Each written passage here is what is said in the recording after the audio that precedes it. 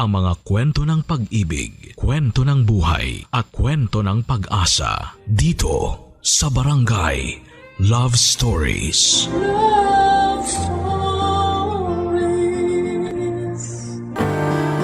May mga bagay sa mundo na parang pangkaraniwan lamang sa atin. Pero sa iba ay may malalim itong kahulugan at may nakaukit na nakaraan, masaya man o malungkot. Minsan ang kalungkutan at takot ay nagbibigay phobia sa isang tao na minsan ay hindi natin maintindihan kung bakit gano'n na lamang ang takot niya. Maaaring natutuwa ka habang kumakain ng hotdog pero minsan ay ang iba dyan sa atin na bawat kagat ng hotdog ay luha ang naibibigay nito dahil sa isang malungkot na alaala. Dear Papa Dudut, sa lahat ng mga nangyari sa buhay ko, sa hirap man o sa ginhawa, ay nagpapasalamat pa rin ako dahil mas nakita ko kung ano at sino ang dapat kong pahalagahan sa buhay. Matanda na ako, Papa Dudut. 66 years old na ako. Ako nga po pala si Rhea. Dito ako ngayon nakatira sa Mandaluyong City. Noong dalaga pa ako, nasa high school pa lamang ay meron na agad akong tinatawag na destiny. Mahal na mahal ko ang naging boyfriend kong si Edwin. Fourth year high school kaming dalawa nang hindi na namin mapigilan ang nag-uumapaw na pag-iibigan sa isa't isa. At tuluyang isinuko ang mga sarili sa apat na sulok ng isang silid at pinagsasaluhan ng matamis na pag-ibig. Nabuntis ako sa edad na 16. Kapwa kaming magiging batang ama at ina. At itinuturing na mapusok dahil sa mga edad namin. Sobrang takot ako noon dahil baka ano ang magagawa ng magulang ko at ng magulang ni Edwin sa kanya. Ngunit hindi ako takot sa kakahantungan naming dalawa ni Edwin dahil alam ko sa sarili ko na mahal namin ang isa't isa. Dahil sa pagmamahal sa akin ni Edwin ay pinilit niyang pinangatawanan ang relasyon at ang nabuong bata sa aking sinapupunan. Kaya naman nagsama kaming dalawa at nanirahan sa nakakatanda nitong kapatid na medyo nakakaangat sa buhay. At dito nagsimula ang isang yugto sa buhay ko na hanggang ngayon ay parang bangungot na parating dumadalaw tuwing ako'y nag-iisa.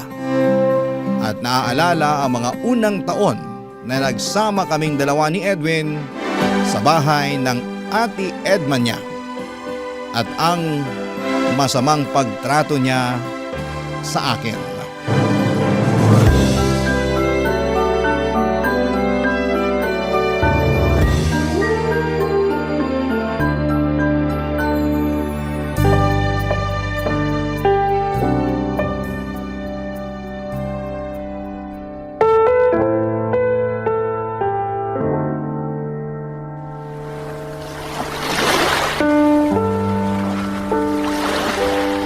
Rhea, mahal. Namiss ko nang tumambay dito na kasama ka. Ako rin naman, Edwin. Iba pa rin ang hangin dito sa Zambales kumpara sa Maynila. Tingnan mo si baby. Himbing na himbing sa braso ko. Namiss ka daw niya, mahal. Okay ka lang ba talaga dito? Ang mahalaga, may tinitirahan kami ni baby.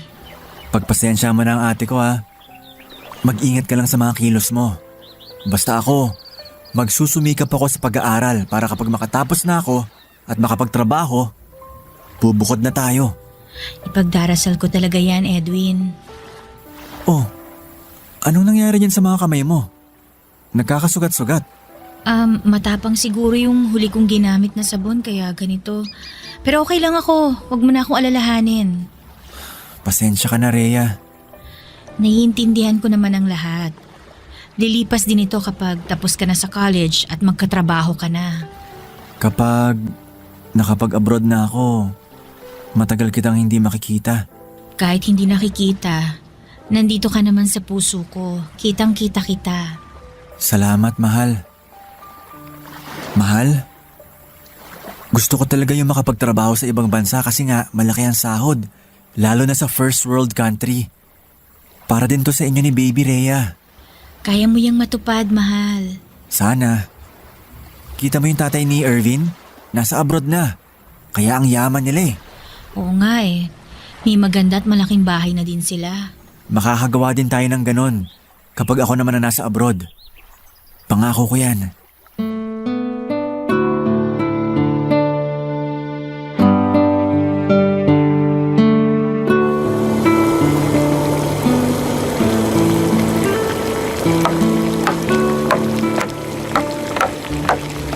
Rhea, bakit hindi mo pa nilaban yung pinapalaba ko sa'yo mga kurtina?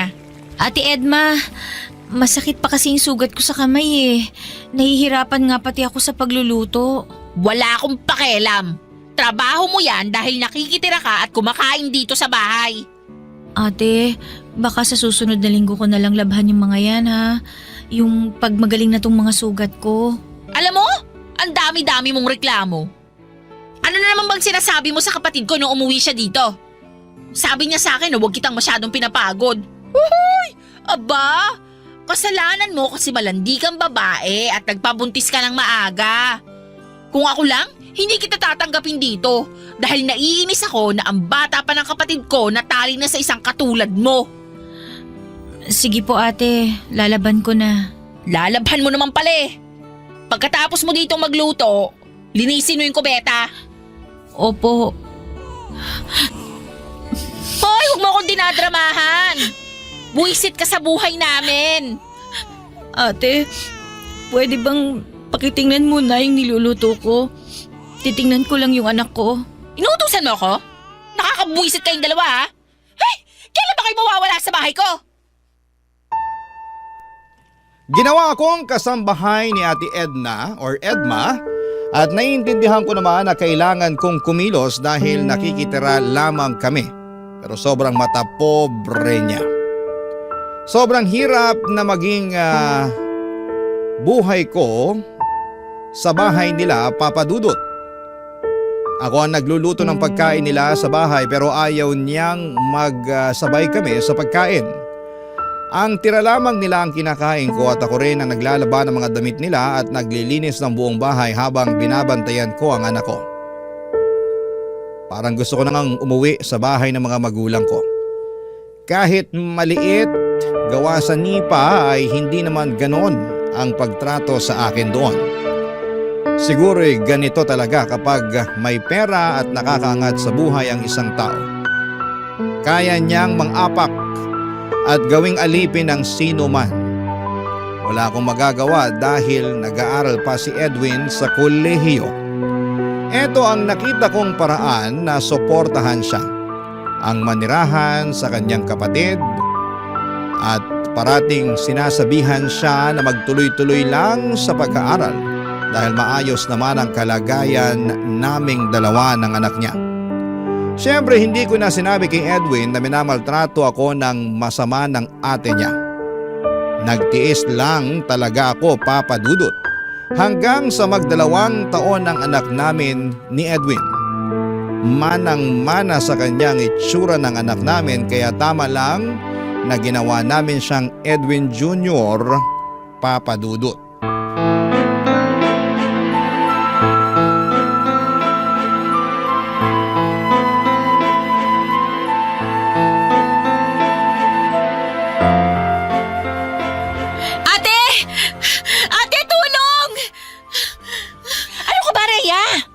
Gabi na natutulog yung tao. Ate, mataas ang lagnat ng anak ko. O ano naman ngayon? Ate, gusto ko siyang dalhin sa ospital. May pera ka ba? Gastos lang yan. Ate naman, natatakot ako para sa anak ko. Hindi mo siguro binabantayan ng mabuti ang anak mo. Ate, tulungan mo ako. Ate, sige na naman dali na natin yung anak ko sa ospital. Ate! Huwag mo nga ako idamay dyan sa kapabayaan mo. Pumunta ka ng ospital kung gusto mo, wala akong matutulong sa'yo. Wala akong pera, Rhea. Tiniis ko lahat, ate. Tiniis ko na gawin ninyo akong parang katulong dito. Mas mabuti pa nga sigurong naging katulong na lang ako sa ibang bahay. At least kahit pa paano meron akong sahod. Hoy, huwag mo akong pagsasalitaan ng ganyan ha. Humihingi nga ako ng tulong sa inyo, ate. Hindi na para sa akin, kundi para sa anak ko. Para sa pamangkin mo. Bakit ba ang sama-sama ng trato niyo sa akin? Sa amin ang anak ko. Ano ang pinagmamalaki mo ha? Lumayas ka! Dali mo yung anak mo sa ospital mag-isa mo. Dadaling ko itong anak ko sa ospital. Sa oras na may mangyaring masama sa anak ko, hindi ko makakalimutan ang gabing to. Sinusumpa ko magbabayad kayo sa ginawa niyo sa akin.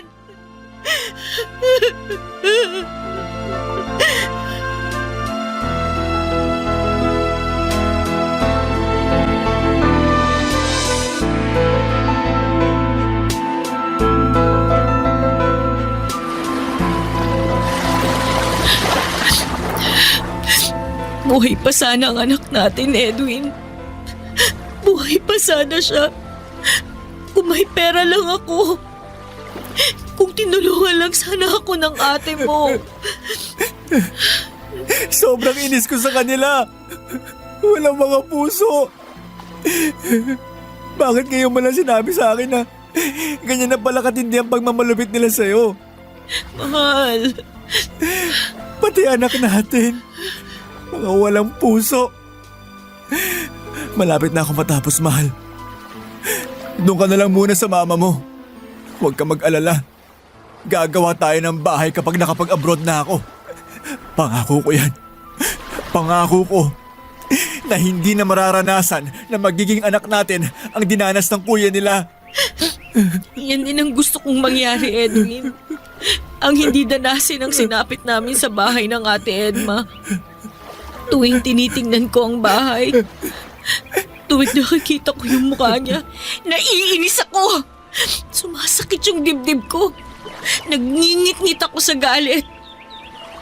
Pero wala rin namang magagawa ang galit ko dahil wala na ang anak natin eh. Ituring na lang natin na isang mahabang bagyo ang nangyari sa atin. Ngayon, nagsisimula nang huminto ang bagyo. Makikita rin natin na wala nang alon pa ang gugulo sa ating buhay. Makakarating tayo sa mga pangarap natin. Pangako, magsusumikap ako ng husto, Rhea. Salamat, Edwin. Salamat, mahal ko. Naniniwala ako sa pangako mo.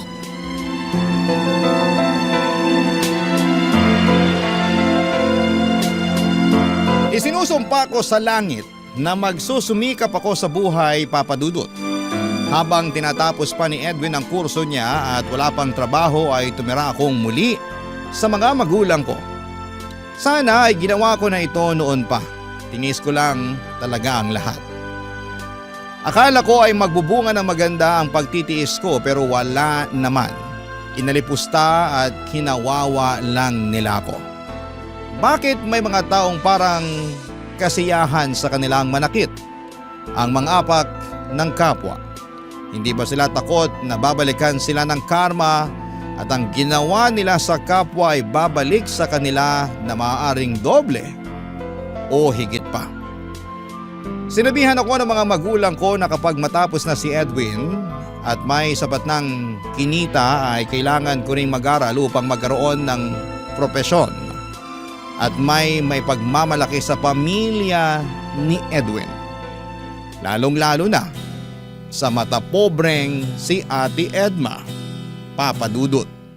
Barangay Love Stories. Barangay Love Stories. Sa awa ng Diyos, Papa Dudut, ay nakapagtapos si Edwin ng kursong engineering at agad itong nagkaroon ng trabaho. Matapos nga ang 2 taon ay nakapagtrabaho na siya sa ibang bansa. Ang sahod ni Edwin ay pinagawa agad namin ng sarili naming bahay. Iba sa pakiramdam ang magkaroon ng sariling bahay ang isang mag-asawa. Kung hindi lang bumitaw ang anak namin ay magiging masaya siyang naglalaro sa sala. Kahit pa noong nasa bahay ako ng mama ko tumira ay hindi tumigil si Ate Edma sa pangaalipusta sa akin. Kahit ano na lang ang mga pinagsasabi niya sa mga kamag-anak ni Edwin para magbuka kung isang kasalanang nagawa ni Edwin sa buhay niya. Nabuntis ulit ako, Papa Dudut, at isinilang ang isang lalaking anak. Isang panibagong anghel na alam kong mapoprotektahan ko na at hindi mangyari ang nangyari dati sa kuya niya. Masiyahing bata po si John Marr at sobrang tuwa ko na makita siyang lumalaking malusog at bibo.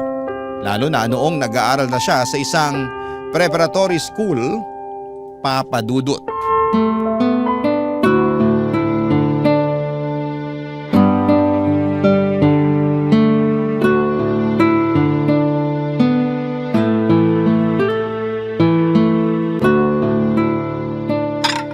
Yay! Hotdog!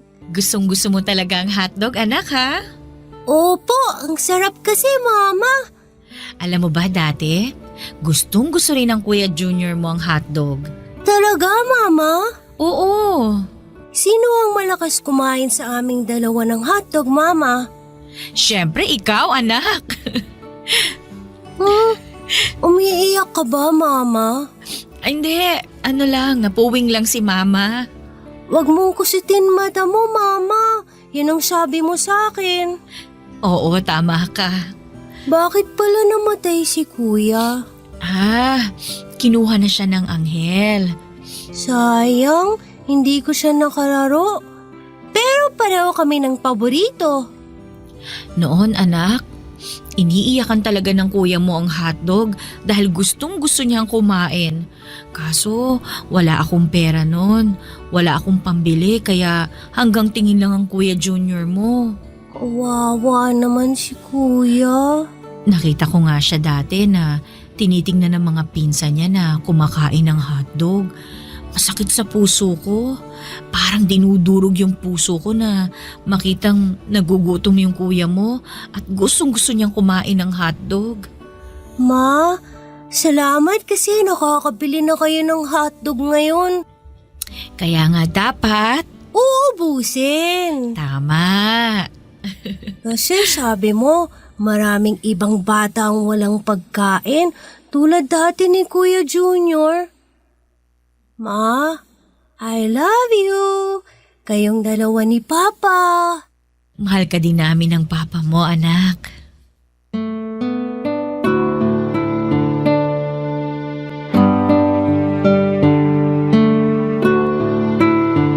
Dahil parati akong sinasabihan ng mama ko na mag-aral at grade 1 na naman ang anak kong si John Marr, ay lumawas ako at nag-enroll sa kursong Office Administration, Papa Dudut. Parehong school lang kami ng anak kong si John Marr kaya hinahatid ko muna siya sa kanyang classroom. At tuwing uwian ay hinihintay niya ako hanggang sa kukunin ko siya para umuwi kami sa bahay namin sa Quezon City. Maliban kasi sa pinatayo naming bahay sa probinsya, ay kumuha ng maliit na apartment ng asawa ko sa Quezon City, Papa Dudut, dahil nga sa nag-aaral ako sa kolehiyo. Iba pa rin talaga ang pagkatao ni Ate Edma, Papa Dudut. Matindi ang pagtutol niya sa pag-aaral ko. Magastos lang daw at kung ano-ano pang rason ang narinig ko mula sa kanya. Ang sabi naman ng asawa ko ay hayaan na ang ate niya at huwag na lamang pakinggan. Hanggang sa isang araw ay lumuwas ang Ate Edma at pinuntahan ako sa apartment.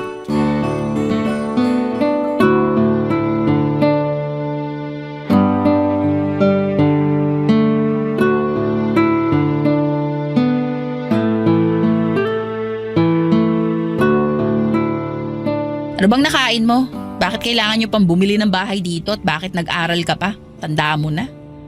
Sayang lang ang pera ng kapatid ko sa pagpapaaral sa'yo. Gusto ko rin pong makatapos, ate. Sabihin mo, gusto mo lang waldasin ang pera ng kapatid ko. Masaya ka na ngayon dahil may pera na yung kapatid ko? Kaya mo na kaming tapatan, ganun ba?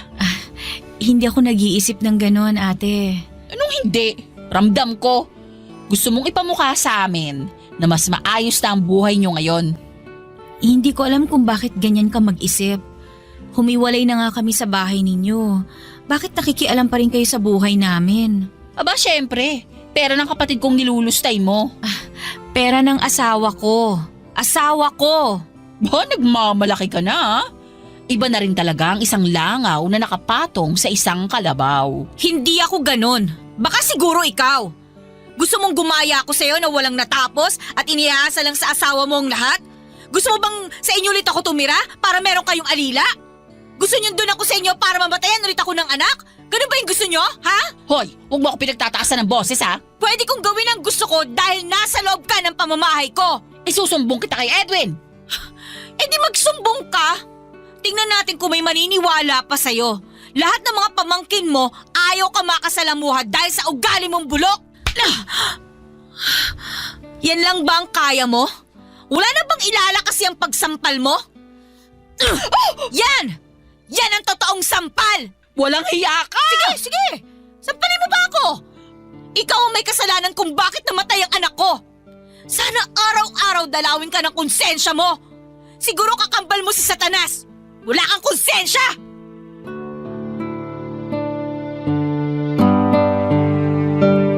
Lalong lumakas ang determinasyon kong makapagtapos sa kurso ko at makakuha ng trabaho at may maipagmalaki sa sarili, Papa Dudut. Gusto kong ipakita sa kanila na ang dating inapi ay hindi na nila pwede pang apihin. Nang umuwi si Edwin ay sinabi ko ang lahat ng mga nangyari tungkol kay Ate Edma. Ang sabi ng asawa ko habang kaya ko pang iwasan ito ay gawin ko para hindi na lumaki pa ang gulo. Matapos ang 4 na buwan na muling nag-abroad si Edwin ay nalaman kong buntis ako, Papa Dudut. Ang tanong, Brad. Barangay Love Stories. Barangay Love Stories.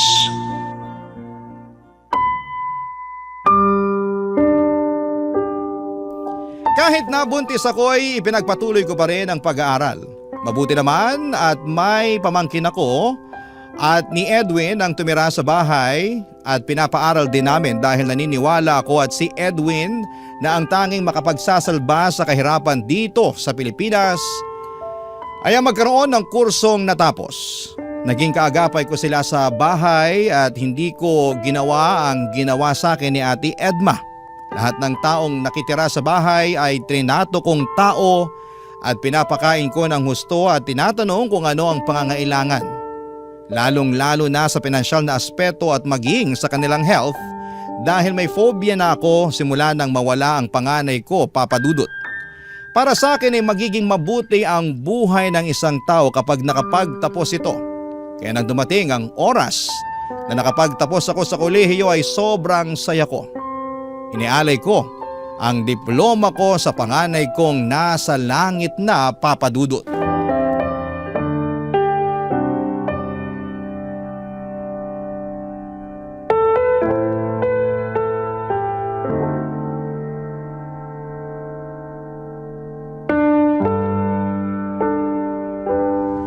Congratulations, Mama! Thank you, anak. I'm proud of you, Mama! Ayokong maiyak, anak. Pero pinapaiyak mo naman ako eh. Pero iyak to dahil natutuwa ako, ha. Balang araw, paglaki mo, makakatapos ka rin. Ano nga palang gusto mo? Maging engineer katulad ni Papa. Naku, idol mo talaga ang papa mo, no? Oo naman. Idol ko kayong dalawa eh. Salamat, anak, ha. Bakit hindi po pumapasok si Papa, Ma? Tiningnan lang yung makina ng kotse. Mama, pwede na ba ako maglaro ng PS4 ko? Oo naman. Salamat, Mama! Lutuan mo ako ng hotdog, Ma! Yes, baby.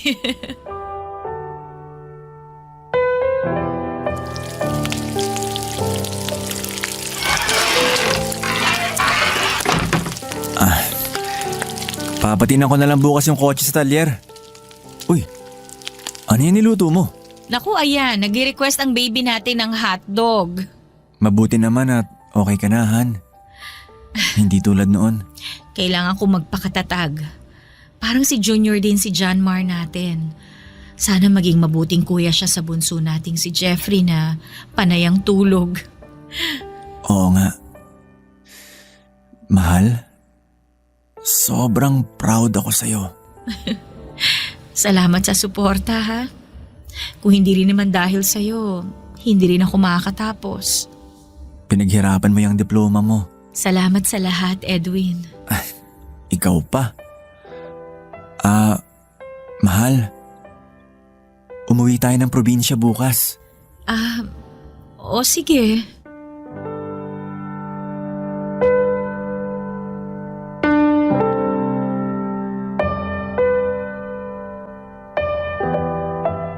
Iba na. Hindi na ma-reach. Magandang umaga, ate. So magtatrabaho ka na dito dahil nakapagtapos ka na. Oo. Nakuha mo talaga yung gusto mo, no, Rhea? Pinagsumikapan ko ang lahat ng ito, ate. Ganun ba? Ate, meron nga palang lechon doon. Kumuha kayo. Gusto mo ba ako mamatay? Hindi naman, ate. Sorry ha. May hypertension nga pala kayo.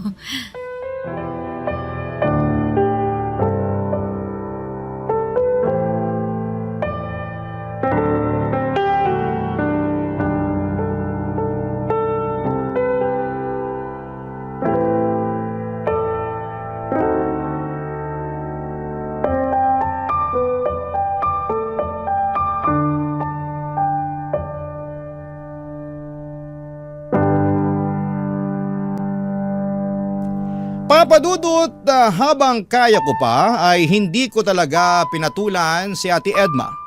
Mahirap na makipagpalitan pa ng masamang salita sa kanya dahil wala rin namang patutunguhan ng lahat. Kahit na hindi mabuti ang pagtrato niya sa akin ay nirerespeto ko pa rin siya bilang kapatid ng asawa ko. Naging mas angat ang buhay namin kumpara sa kanila ni Ate Edma. Nakakuha ko ng trabaho at si Edwin naman ay patuloy pa rin sa kanyang pagiging engineer sa abroad. Nawala naman ang trabaho ang asawa ni Ate Edma kaya gumawa na lamang sila ng maliit na tindahan para pagkakitaan nila. Maraming nagsasabi na karma sa kanyang nangyari dahil ramdam na ramdam ko na naghihirap na sila. Naging pasaway ang kanilang anak at parati itong laman ng inuman. Kaya isang araw ay nagkaroon ito ng malubhang sakit at isinugod pa sa ospital. Lumapit sa akin si Ate Edma.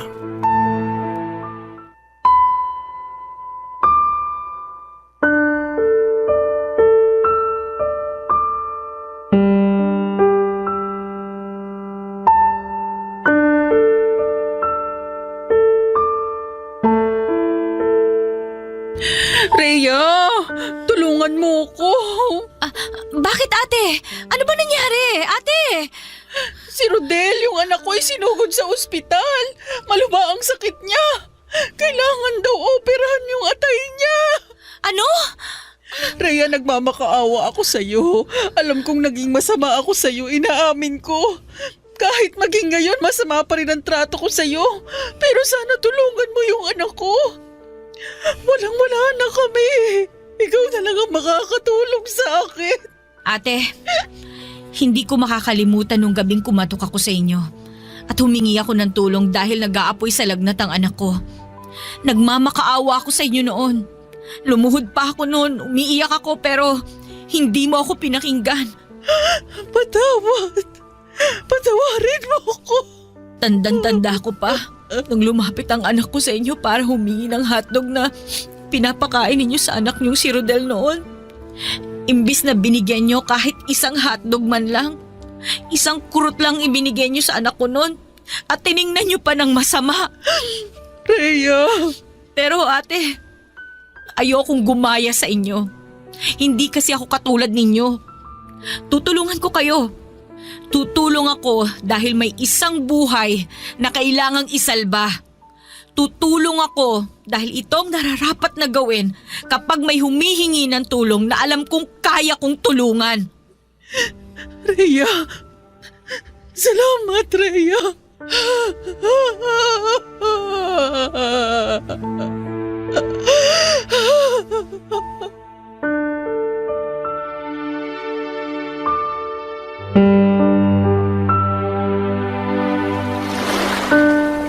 Isang taon na lang, ma. Magiging engineer na rin ako. Napakabilis talaga ng panahon, anak, ano? Kung buhay lang si Kuya Junior, 27 years old na sana siya ngayon. Malamang may pamilya na rin siya. Mabuti anak at hindi ka pa nag-aasawa. Hindi ka tumulad sa amin na sobrang agang nag-asawa. Kaya tuloy, ang daming hirap na pinagdaanan. Kasi ma, may mga pangarap po ako. Gusto ko po munang makapagtapos ng pag-aaral. Tapos tutulong ako sa inyo ni Papa kahit papano. Madali lang naman pong lumagay sa tahimik eh. Basta nasa ayos na po ang lahat. Pero ma, hindi ko pa rin ma-imagine kung paano nyo nakain ni Papa. Ako nga na pag-aaral lang ang inaatupag ko, halos hindi na ako magkanda o gaga sa dami ng ginagawa ko eh. Kayo pa kaya ni Papa noon? Kung mabuti kang tao, babalik sa iyo ang ginawa mong kabutihan. Minsan, may mga pagsubok talaga na parang ramdam mo na iniwanan ka na ng Diyos. Pero yung pala, karga-karga ka niya. Tulad nung kwento dun sa Footprints in the Sand. Naalala mo ba yon? Oo naman po ma. Tandang-tanda ako yan. Kapag dumating na yung panahon ma na makapag-asawa ko, mamahalin ko siya kung paano kayo minahal ni Papa. At pag nagkaanak kami, mamahalin at palalakihin namin yung bata kung paano niyo ako pinalaki ni Papa. Yun po ang gagawin ko ma. Alam kong magiging mabuti kang ama sa magiging anak mo.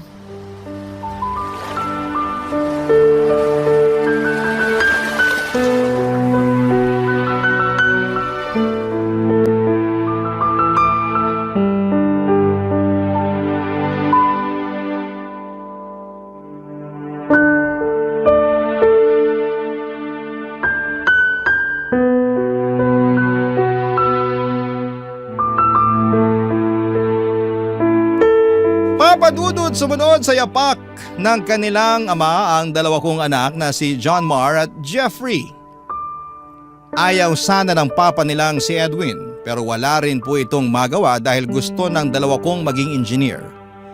Pareho kami ng asawa ko na retired na at nandito kami nakatira sa bahay namin sa Mandaluyong malapit sa bahay ng bunso ko.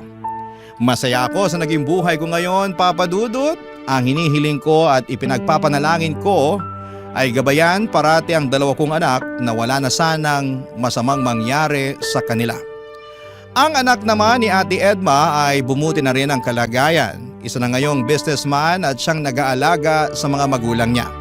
Tuwing nakikita kami ni Edma ay parati pa rin siyang humihingi ng tawad sa nagawa niya at nagpapasalamat sa tulong na nagawa ko sa kanya.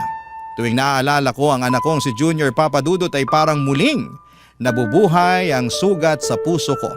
Pero mabutit may dalawa akong anak na siyang agad na nagpahilom sa sugat dahil ramdam ko ang pagmamahal nila sa akin at sa kanilang papa. Ang inyong kapuso at kabarangay forever, Rhea. Anong say mo sa Barangay Love Stories na ito? Pagkwentuhan natin sa comment section yan.